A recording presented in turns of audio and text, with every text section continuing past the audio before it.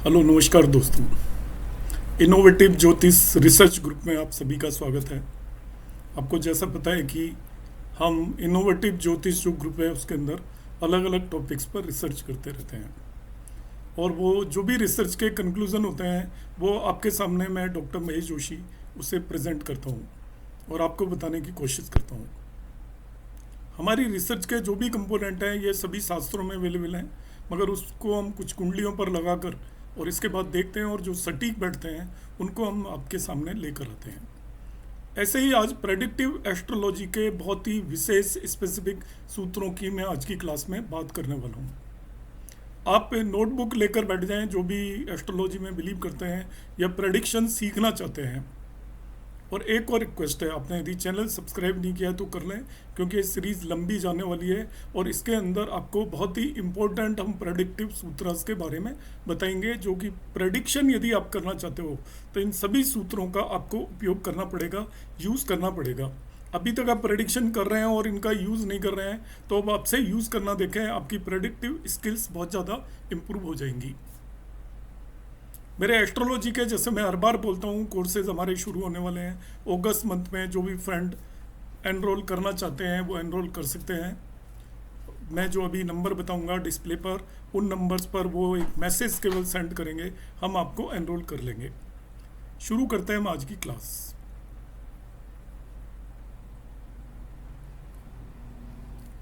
Useful rules for prediction. ये कोई specific rule को कलेक्ट हमने करके बहुत सारी कुंडलियों में लगाकर आपके पास आज मैं लेकर आया हूँ। तो उसमें सबसे पहला रूल ये रहा आपके सामने, rule 1। If Lord of any house is with कारका ऑफ दैट हाउस, किसी भी भाव का स्वामी उस भाव के कारक के साथ कुंडली में बैठा हो, it enhances significations of both and both becomes stronger. मतलब किसी भी भाव का स्वामी और लॉर्ड एक साथ बैठ जाएं तो वो उसका स्वामी, मतलब एज ए लॉर्ड भी वो स्ट्रोंगर हो जाएगा और कार का भी स्ट्रोंग हो जाएगा। तो उस पर्टिकुलर भाव से रिलेटेड आपको एक्सीलेंट रिजल्ट मिलने वाले हैं, ऐसा आप प्रेडिक्ट करेंगे। इसको समझाने के लिए मैंने ये यहाँ पर मेष लग्न या एरीज साइन की चार्ट लिया हुआ है। एरीज साइन में यहाँ पर आप देखिए फिफ्थ लॉर्ड सूर्य है, सन, और पांचवें भाव का जो कारक होता है वो जुपिटर होता है। तो यहाँ पे सूर्य और जुपिटर दोनों एक साथ आकर 10th हाउस में बैठ गए। इसका मतलब अब ये दोनों ही प्लेनेट स्ट्रोंगर हो गए हैं और stronger in the reference of 5th house हो गए हैं। तो पांचवें भाव से रिलेटेड आपको एक्सीलेंट रिजल्ट मिलेंगे ओनली ऑन द बेसिस यदि किसी भी भाव का कारक उस भाव के लॉर्ड के साथ आकर बैठ जाए, दोनों का कहीं भी कंजंक्शन हो जाए। इसी में एग्जांपल को दूसरे तरीके से लेता हूँ कि यहाँ पे चौथे भाव का कारक चंद्रमा है इस कुंडली में, हालांकि फोर्थ लॉर्ड भी चंद्रमा ही है, उसको मैं छोड़ देता हूँ एग्जांपल के लिए। अभी हम मान लेते हैं सातवें भाव का कारक शुक्र है। सातवें भाव का कारक शुक्र है, इसके अंदर सातवें भाव का लॉर्ड भी शुक्र है, तो उस पर ये अप्लाई नहीं होने वाला है। उन्हीं केसेस में हम अप्लाई करेंगे जैसे तीसरे भाव का कारक मंगल है और तीसरे भाव का लॉर्ड यहाँ पर मरकरी हो गया, बुध। अब इस कुंडली के अंदर यदि मरकरी और मंगल दोनों कंजक्ट होकर एक ही भाव में आकर बैठ जाएं तो तीसरे भाव से रिलेटेड आपको एक्सीलेंट रिजल्ट मिलने वाले हैं। साथ साथ छठे भाव से रिलेटेड भी एक्सीलेंट रिजल्ट मिलेंगे, क्योंकि छठे भाव का लॉर्ड भी बुध है और छठे भाव का कारक भी मंगल है। तो किसी भी भाव का कारक और मंगल, कारक और लॉर्ड एक ही भाव में बैठे हैं तो उस पर्टिकुलर भाव से रिलेटेड आपको एक्सीलेंट रिजल्ट मिलेंगे और दोनों प्लेनेट उस भाव के रेफरेंस में स्ट्रॉन्ग हो जाएंगे।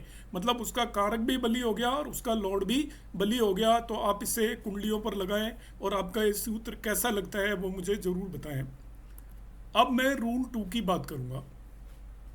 द भावा हुज कारका is in 12th house from लग्न फ्लोरिसेस, किसी भी भाव का कारक 12वें भाव के अंदर जाकर बैठ जाए तो वो भाव फ्लोरिस होगा, उस भाव से रिलेटेड आपको एक्सीलेंट रिजल्ट देगा वो कारक।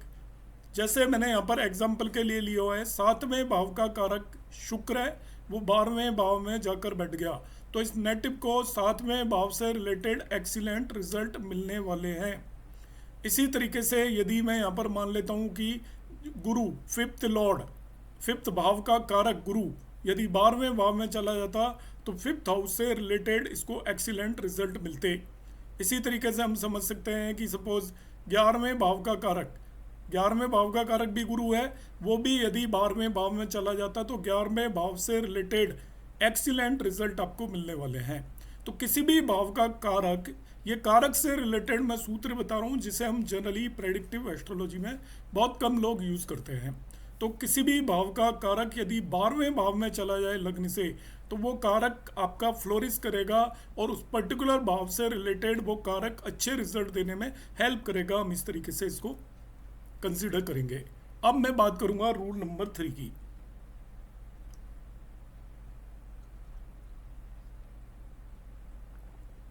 If Lord of a kendra is malefic, किसी भी केंद्र का स्वामी अशुभ ग्रह हो जाए तो वैसे तो वो न्यूट्रल हो जाता है, मगर केंद्र का लॉर्ड अशुभ होकर केंद्र में ही बैठ जाए। If Lord of a kendra is malefic and placed in kendra it gives benefic result of Rajyog. आपको वो राजयोग जैसे बेनिफिक रिजल्ट देगा यदि केंद्र का लॉर्ड मैलिफिक प्लेनेट किसी भी केंद्र भाव का लॉर्ड होकर केंद्र भाव में ही बैठ जाए। ये इसमें ध्यान रखना है कि मैलिफिक प्लेनेट केंद्र का लॉर्ड है, वो अपना में कोई बड़ी बात नहीं है, वो न्यूट्रल हो जाता है, मगर वो केंद्रीय भाव में बैठ जाएगा तो वो आपको बेनिफिक रिजल्ट देगा राजयोग के। जैसे इस कुंडली के अंदर मैं ले लेता हूँ कि यहाँ पर 10th हाउस का लॉर्ड सैटर्न है। अब 10th हाउस का लॉर्ड सैटर्न यदि यहाँ पर बैठ गया होता, चौथे भाव 7वें भाव में बैठ गया होता तो वो उच्च का हो गया होता और शशयोग बना लिया होता, उसने शशयोग बना लिया होता तो वो वैसे ही अच्छे फल देता।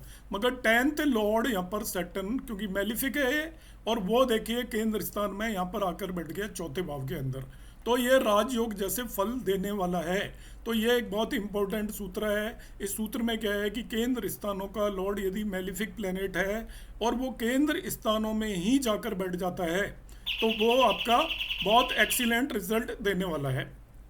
नेक्स्ट देखते हैं हम rule number 4। If planet placed in 8th house, यदि कोई भी प्लेनेट 8th हाउस में प्लेस्ड हो, causes loss to house of its lordship. जब भी कोई भी प्लेनेट 8th हाउस में बैठ जाता है तो वो उस हाउस की लॉर्डशिप को लॉस करता है। जैसे यहाँ पर हम देखते हैं कि जुपिटर इस कुंडली में 8th हाउस में जाकर बैठ गया है, जुपिटर 8th हाउस में जाकर बैठ गया। देखिए तो हमने क्या रूल बताया, a planet placed in 8th house causes loss to house of its lordship. इसकी लॉर्डशिप के हाउसेस का लॉस करने वाला है। तो इसकी लॉर्डशिप के हाउसेस कौन से हैं, इसकी लॉर्डशिप है आपकी 9th हाउस की और लॉर्डशिप है 12th हाउस की। तो 9th और 12th हाउस के लॉर्डशिप के लॉस करेगा, साथ ही इसके ओन सिग्निफिकेशन, इसके अपने जो भी सिग्निफिकेशंस हैं उनका भी लॉस होने वाला है। तो ए planet placed in 8th house causes loss to houses of its lordship also causes loss of its own significations. Saturn इस केस में एक्सेप्शन है इन दिस मैटर, क्योंकि सैटर्न यदि 8th हाउस में चला जाता है तो आयु कारक होता है, वो लंबी उम्र देता है, 8th हाउस का उसे कारक भी मानते हैं। इसके अलावा जो भी प्लेनेट 8th हाउस में जाएगा, इसको इस तरीके से मानेंगे तो वो उस कुंडली में जिन जिन भावों का भी कारक वो लॉर्ड है उन भावों का लॉस होगा, एज वेल एज ये लॉस करेगा उसके नेचुरल सिग्निफिकेशंस का। सपोज आपका प्लेनेट यहाँ पर देख लेते हैं हम, शुक्र इस कुंडली के अंदर दूसरे और 7वें भाव का लॉर्ड है, वो यदि 8वें भाव में चला जाता है तो 2nd और 7th हाउस से रिलेटेड वो आपको लॉस करेगा, उससे रिलेटेड अच्छे रिजल्ट नहीं देगा। साथ ही साथ जो 7वें भाव का कारक है उसके भी आपको अच्छे रिजल्ट नहीं मिलने वाले हैं। तो इस तरीके से आज हमने ये 4 डिफरेंट रूल्स पढ़े। इन रूल्स को आप कुंडलियों पर लगाएं। ये बहुत नॉर्मल रूल्स हैं मगर मैक्सिमम लोग इनको यूटिलाइज नहीं करते हैं। आप यूटिलाइज करें और देखें कि आपके रिजल्ट किस तरीके से इम्प्रूव होते हैं। नमस्कार, धन्यवाद।